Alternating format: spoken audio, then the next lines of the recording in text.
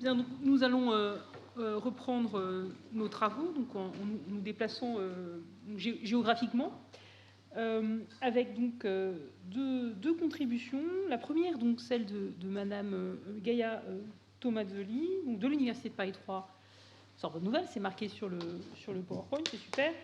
Donc il va nous parler donc, du prophétisme et du mythe impérial chez Pétrarque. Vous avez donc 30 minutes. Merci beaucoup et merci à tous d'être là aujourd'hui. Je tiens à remercier, avant de commencer, les organisateurs qui m'ont offert la possibilité de présenter mes recherches dans un lieu si prestigieux. Et les considérations que je vous présente aujourd'hui ne constituent que la première étape, en réalité, d'une recherche que je souhaiterais mener plus en détail dans le futur. Et donc, elles n'ont pas du tout la prétention d'être exhaustives. Mon but principal est d'interroger la culture médiévale de Pétrarque et notamment ses rapports avec la littérature prophétique et les possibles influences de cette dernière sur sa pensée politique. Tout le monde connaît en fait Pétrarque en tant qu'humaniste, lecteur de classiques et précurseur d'une antériorité qu'on considère aujourd'hui moderne. Et pourtant, sans vouloir dévaloriser les caractères novateurs de sa redécouverte de classiques, il faut bien tenir compte du fait que Pétrarque était, à bien des égards, un homme entre deux mondes, comme il le dit lui-même. Donc, parmi ces lectures, on doit imaginer qu'à côté des textes classiques, deux œuvres plus proches trouvaient sans aucun doute une place, même s'il était toujours prêt à faire montre de ses sources anciennes et à cacher, au contraire, celles plus récentes. Exemplaire sur ces points, son rapport avec Dante, dont l'influence tout à fait décisive est résolument niée à plusieurs reprises par Pétrarque. Or, il me semble que l'usage et l'influence des textes plus récents, à l'exception de Dante, restent encore largement à explorer. L'autre préjugé majeur concernant l'écriture de Pétrarque a été par contre déconstruit plus fréquemment. Alors que De Sanctis opposait Dante avec ses brûlantes passions civiques à Pétrarque, considéré comme un intellectuel replié sur lui-même et orgueilleusement isolé, on est maintenant mieux au courant de son intense activité politique et diplomatique, menée en premier lieu à travers son immense réseau épistolaire, mais aussi de façon directe. Et en effet, on sait aujourd'hui qu'aucun intellectuel, comme l'a souligné récemment Enrico Fanzi, n'a jamais eu une expérience directe du pouvoir plus variée que celle de Pétrarque, qui a noué des liens très étroits avec la cour pontificale à Avignon, celle des Angevins à Naples, mais aussi celle de plusieurs seigneuries, telles que Padoue et Milan, les républiques de Gênes et Venise, et finalement avec la Rome de Caladrienzo et l'Empire de Charles IV. Mais tandis qu'on connaît très bien la théorie politique, par exemple, de Dante, expliquée dans sa Monarchie, Pétrarque n'a jamais abordé ces sujets de manière rigoureuse et systématique. En outre, comme sa biographie est si dense d'événements et de protecteurs, et comme son approche à l'écriture est marquée par un contrôle obsessif de l'image de soi qu'il offrait aux autres, il est vraiment très difficile de saisir sa pensée politique.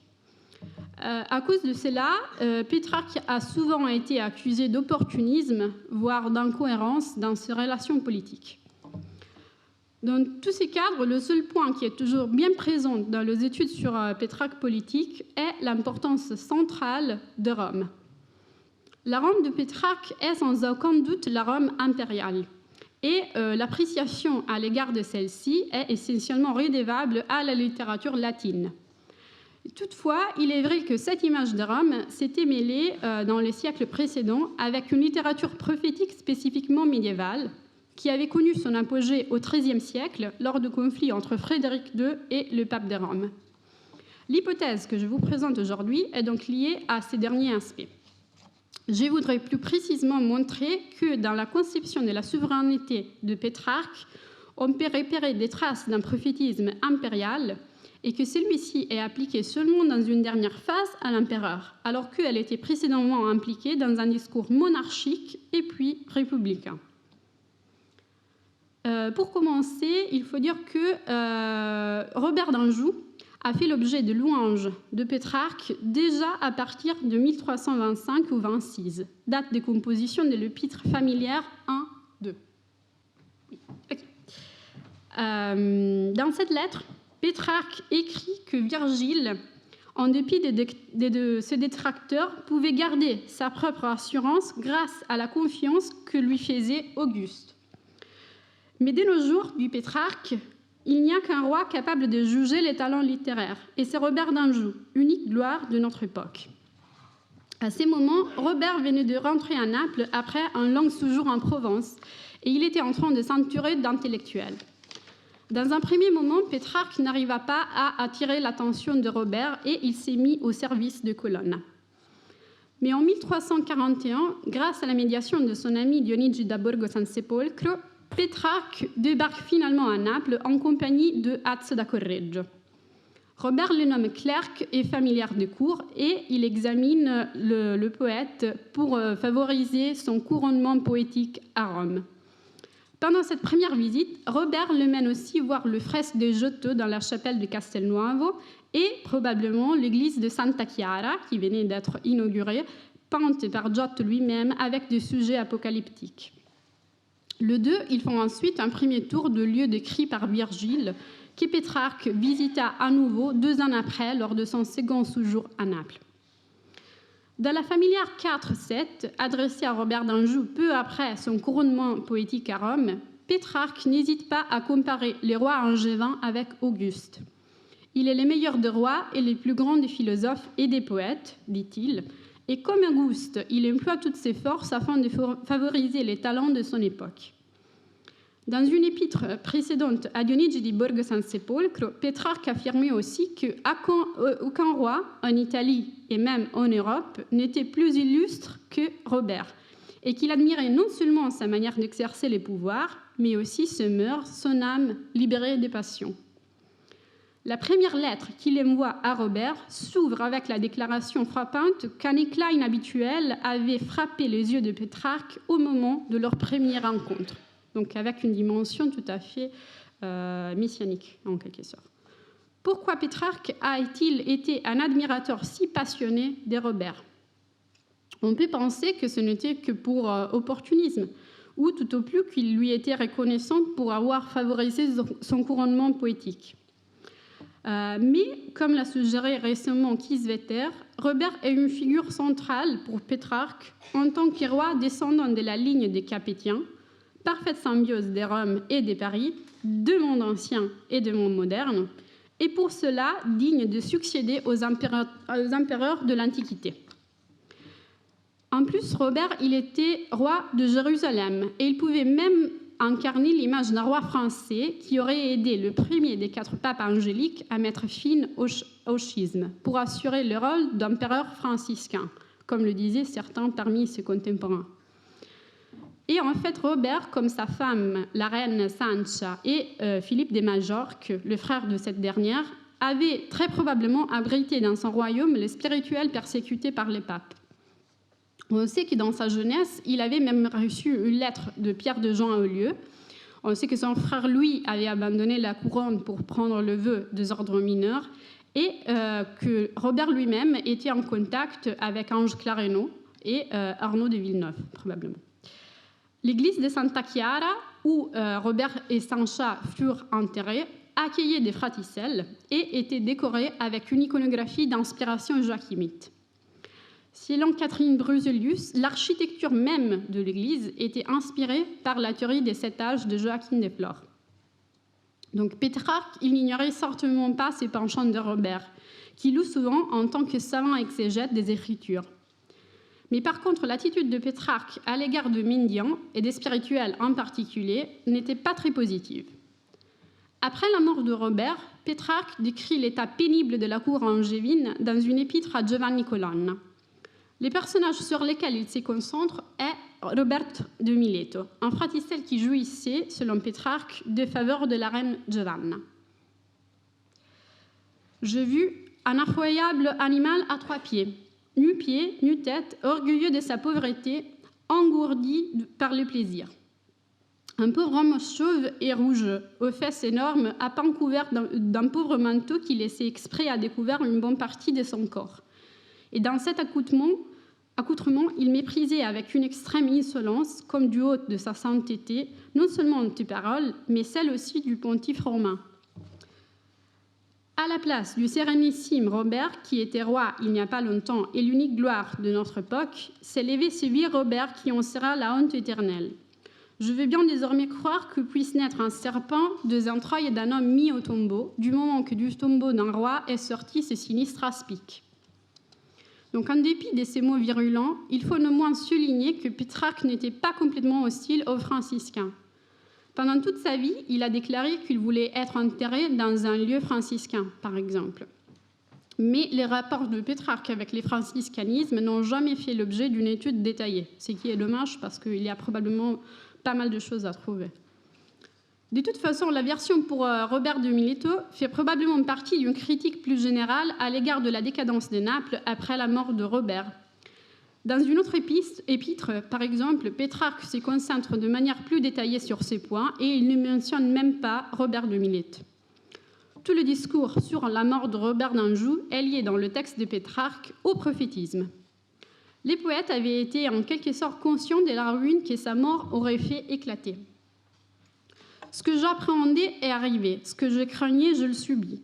Combien je redoute que les événements ne viennent confirmer aussi les pressentiments que me suggère mon âme. C'est devant anxieux et toujours trop sûr de mes propres malheurs. C'est ainsi que m'épouvantent les jeunesses de la jeune reine et du nouveau roi, l'âge et les projets de l'autre reine, les dispositions et les mœurs enfants des courtisans. Puisse-je être un faux prophète, mais je vois des agneaux confiés à la garde de nombreux loups, un royaume sans roi. C'est pourquoi, si le jour où Platon est parti de ce monde, le soleil a semblé être tombé du ciel, qui pourra-t-il arriver après la mort de Robert, qui fut par son talent un autre Platon et qui ne l'a cédé à aucun autre roi en sagesse et en gloire, et dont la mort a en outre ouvert la voie à de si nombreux dangers. Donc, je crois que l'aspect le plus important de la fascination de Pétrarque pour Robert est lié à une forme de prophétisme, mais surtout de prophétisme virgilien. Comme je le disais, Pétrarque prend soin d'écrire à 2 reprises que Naples, pour lui, était attaché au lieu virgilien. Dans plusieurs lettres, il fait allusion au fait qu'il voulait être pour Robert, nouvel Auguste, un nouveau Virgile. Son talent poétique ne pouvait pas être apprécié que par Robert, roi cultivé et sage.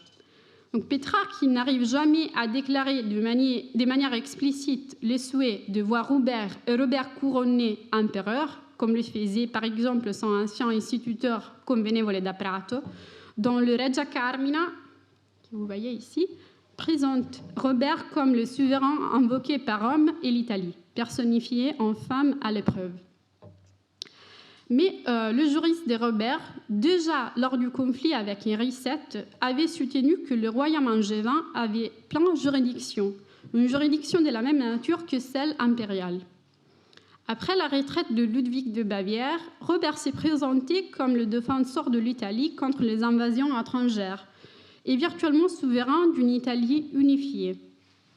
Remigio de Girolami, maître dominicain à Florence, affirmait par exemple que Robert était souverain des Aïens, à la fois du point de vue historique et moral, parce qu'il était roi de Jérusalem et parce qu'il était à nouveau seulement pour sa sagesse.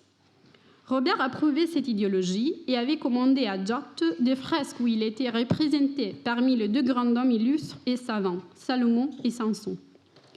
Pétrarque semble accueillir cette perspective alors qu'il écrit « Bien que je n'ignore pas que la puissance de Rome s'est développée davantage sous l'autorité de plusieurs que sous celle d'un seul, je sais toutefois que de nombreux hommes illustres ont été d'avis que l'État le plus heureux est celui qui se trouve sous l'autorité d'un prince juste.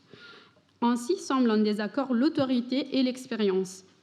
Certes, dans la situation présente, où la discorde est si implacable, il ne fait absolument aucun doute que la monarchie est la plus apte à réunir et réparer les forces de l'Italie que la folie de longues guerres civiles a dispersées. Je suis au fait de la situation et j'avoue que la poigne d'un roi est nécessaire à nos maux. je ne doute pas aussi que tu crois qu'aucun roi n'est pour moi préférable au nôtre. Et il parle évidemment de Robert d'Anjou.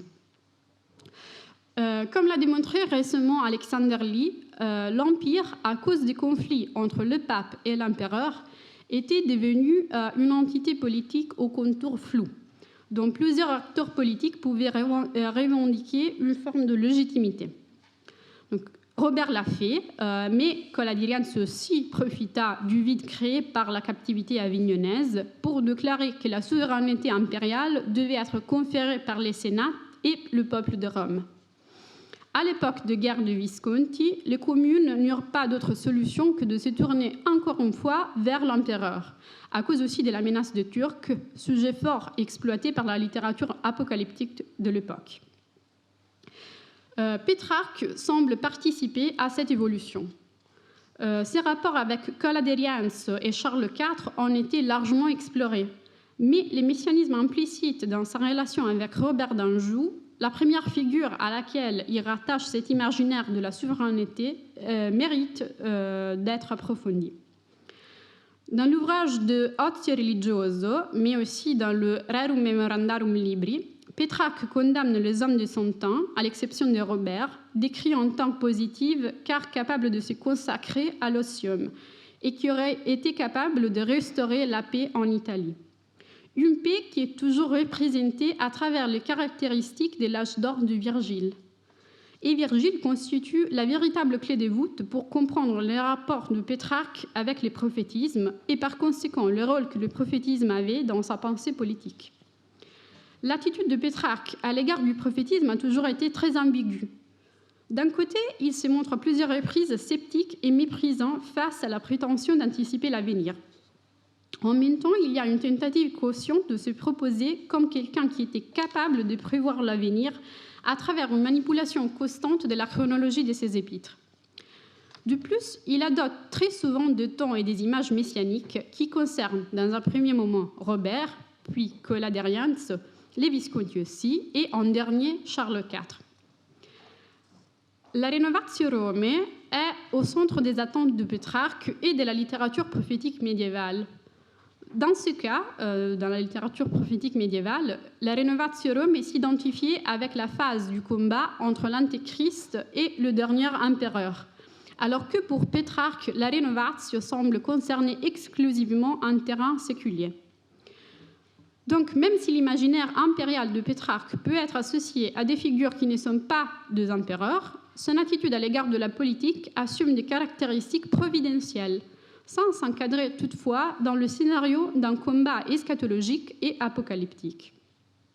Pétrarque est influencé par la littérature prophétique récente, mais il décide néanmoins de n'y faire jamais référence explicite, s'agissant de textes qui n'ont pas l'autoritas des classiques latins. Un seul cas fait exception. Il possédait au moins un texte, souvent négligé par le spécialiste, qui appartenait à cette tradition du prophétisme médiéval. Il l'a glossé, il l'a mentionné 2 fois, exactement dans les œuvres que je mentionnais avant, le Rerum Memorandarum Libri et le De Ozio, précisément les œuvres liées à la consacration de Robert d'Anjou.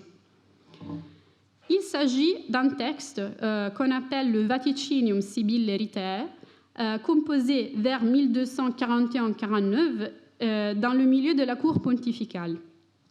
Au centre de ce texte, très compliqué, mais qui a connu une large diffusion dans les décennies suivantes, est l'histoire de Rome, qui est vue comme une histoire de guerre civile, de présages et des symboles apocalyptiques qui revient très souvent dans le texte de Pétrarque.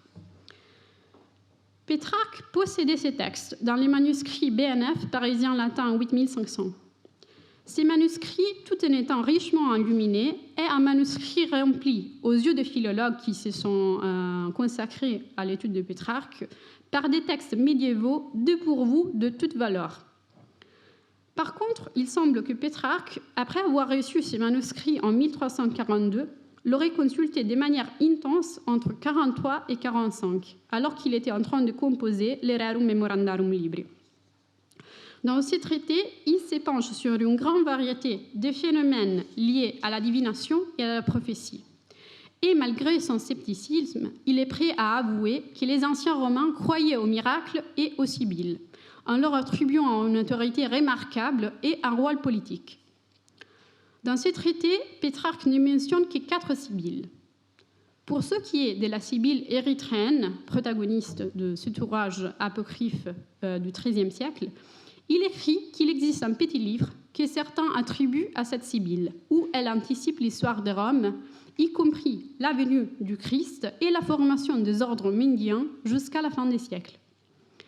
Si dans ces textes, Pétrarque se montre un peu hésitant à l'égard de l'authenticité de ce livre, dans le De Ozio Religioso, composé quelques ans après, à partir de 1347, il affirme avec décision que les oracles de Sibylle ont été conçus par Dieu pour intégrer les révélations des prophètes afin d'annoncer la venue du Christ à travers des hommes et des femmes de toutes conditions. Mais écoutons ce que la Sibylle d'Érythrée prédit du Christ.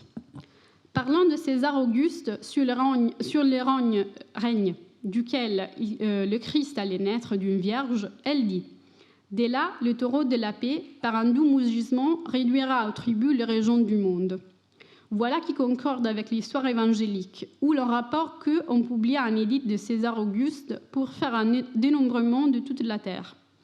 La même prophétesse évoqua tout d'abord par ce quelques mots la venue du Christ. C'est au jour de son règne qui viendra l'agneau céleste.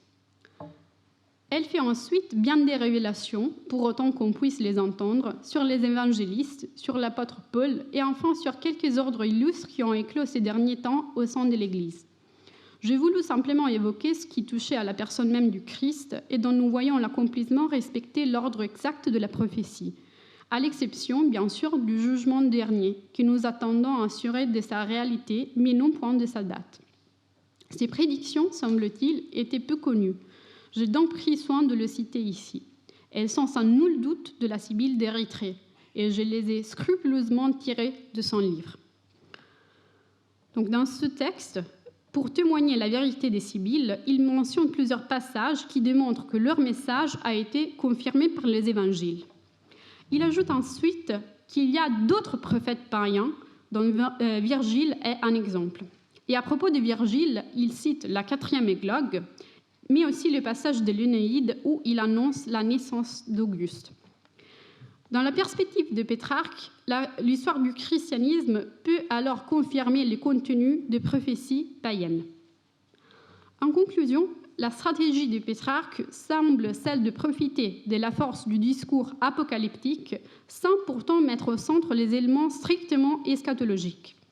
Il préfère au contraire exploiter la force de ces images pour développer un discours persuasif autour de l'arrivée d'un souverain capable de réaliser la Renovatio Romae, qu'il appartienne ou pas à une dynastie impériale.